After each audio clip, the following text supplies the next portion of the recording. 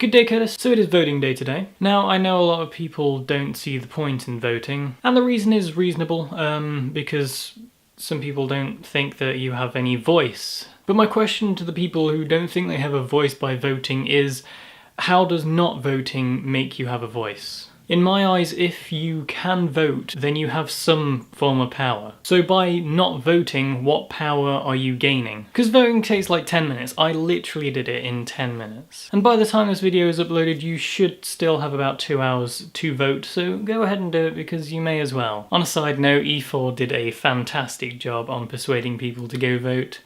I've been watching that thing for hours now. Anyway, yesterday you answered my question on how you feel about the new Star Wars Rebirth. And I say rebirth because they're not rebooting the series, because it is still in the same universe, following the same timeline.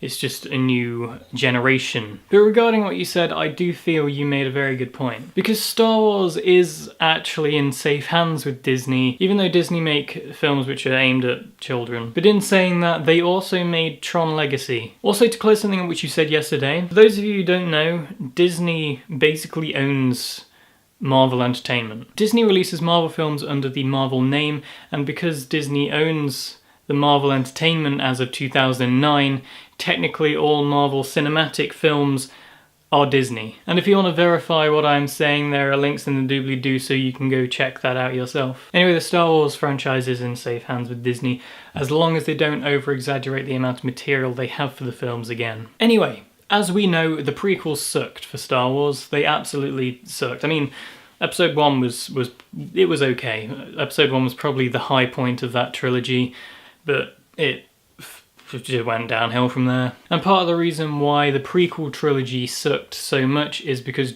as I said, George Lucas exaggerated how much material he had written for that trilogy. And I don't think that's all that made that trilogy so bad. I feel there's something more there. And that is what I want to ask you today, Curtis. I want to ask why the prequel trilogy was so dire, considering what they had to follow on from. I mean, Episode 1 was okay, that was probably the high point of the trilogy. However, as soon as Anakin grew up, I feel that the trilogy just diminished from there on. And an extension to wanting to know why the prequel trilogy was so bad, I want to know what would have made it better? And dare I say, what would have made the prequels good? Now, I know this topic has been handled by many YouTubers before us. However, to the people, I just want to hear what you have to say. And Curtis, I also want to hear what you have to say, because there are a lot of different opinions on what would have made the prequel trilogy good, and I want to hear yours. So, DFTBA, I will see you tomorrow.